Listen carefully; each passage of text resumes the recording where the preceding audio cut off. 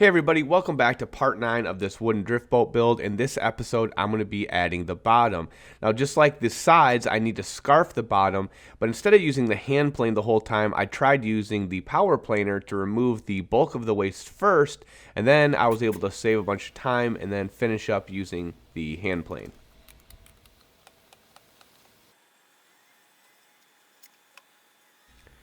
And the same as with the side panels, I'm gluing them together using Total Boat high performance epoxy.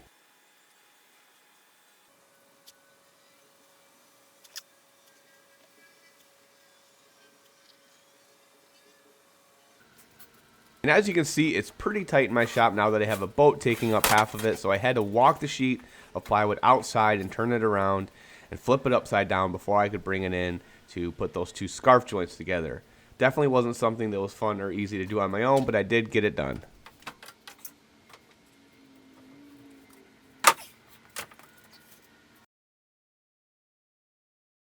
After the joint was clamped and cured overnight, I clean it up with a sander.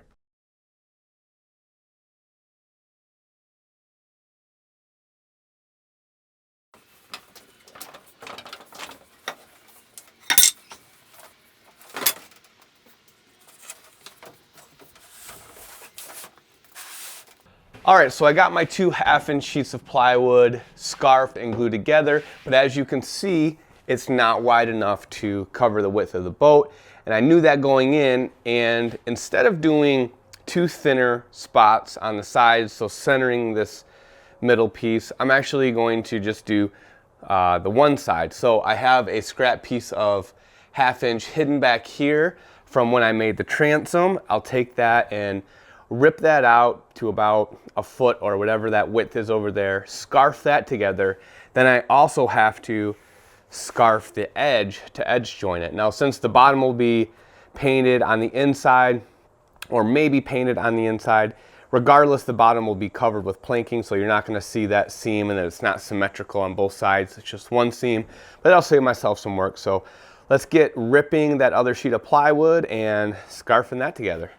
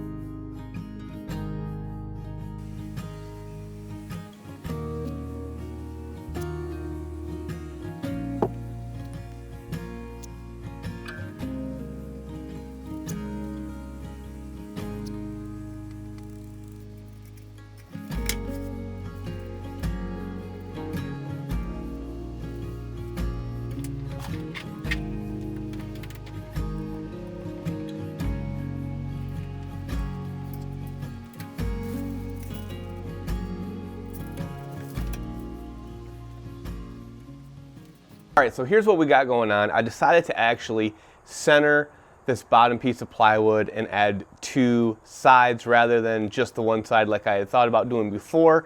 And after doing some more research, I think I'm going to just biscuit joint this edge. Now, apparently it's pretty common practice in boat building to just butt joint this joint rather than scarfing it. The reason is because you have a lot of support. It's just a thin piece. You'll be nailing all along this edge here, and you have the cross frame members to nail into, and just the epoxy in the crack is enough to waterproof it, but it's remaining nice and strong because you have support every 18 inches going this way.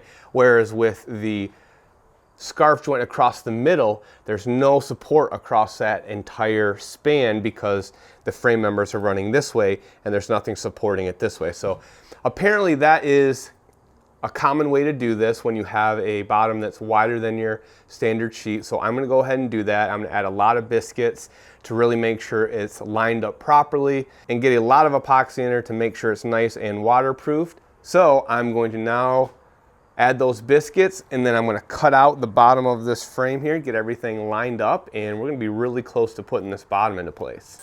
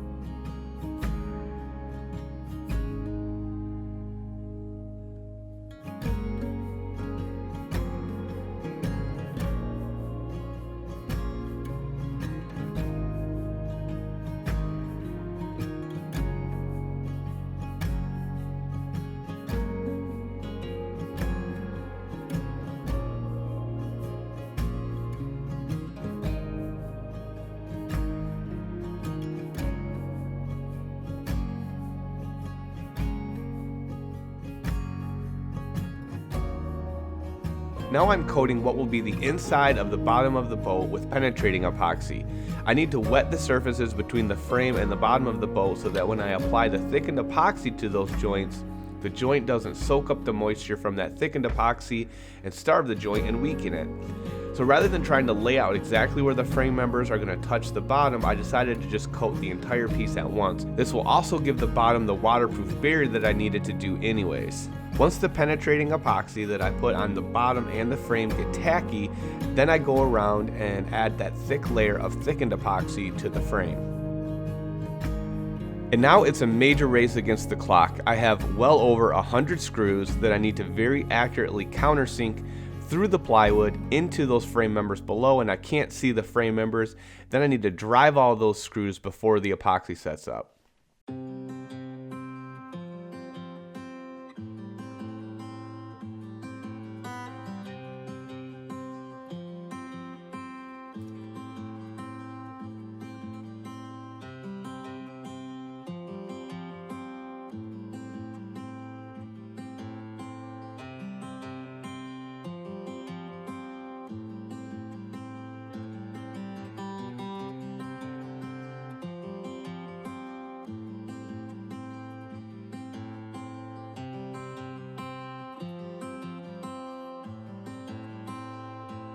After I get the center piece lined up and tacked down with a few screws, I then go back and add the two smaller side pieces with the biscuits, and that method worked out pretty good.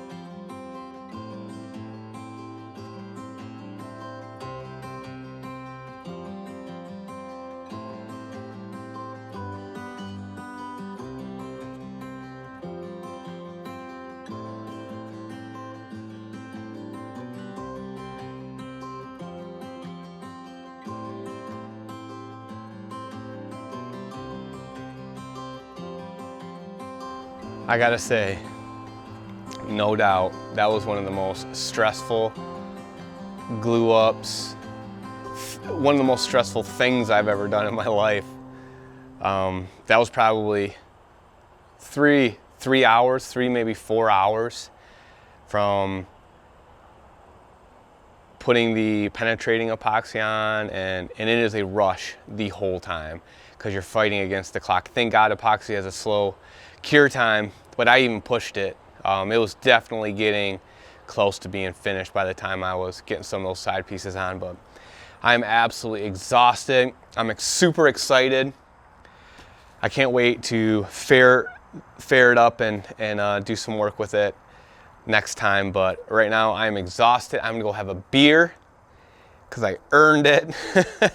And we'll get moving on this tomorrow.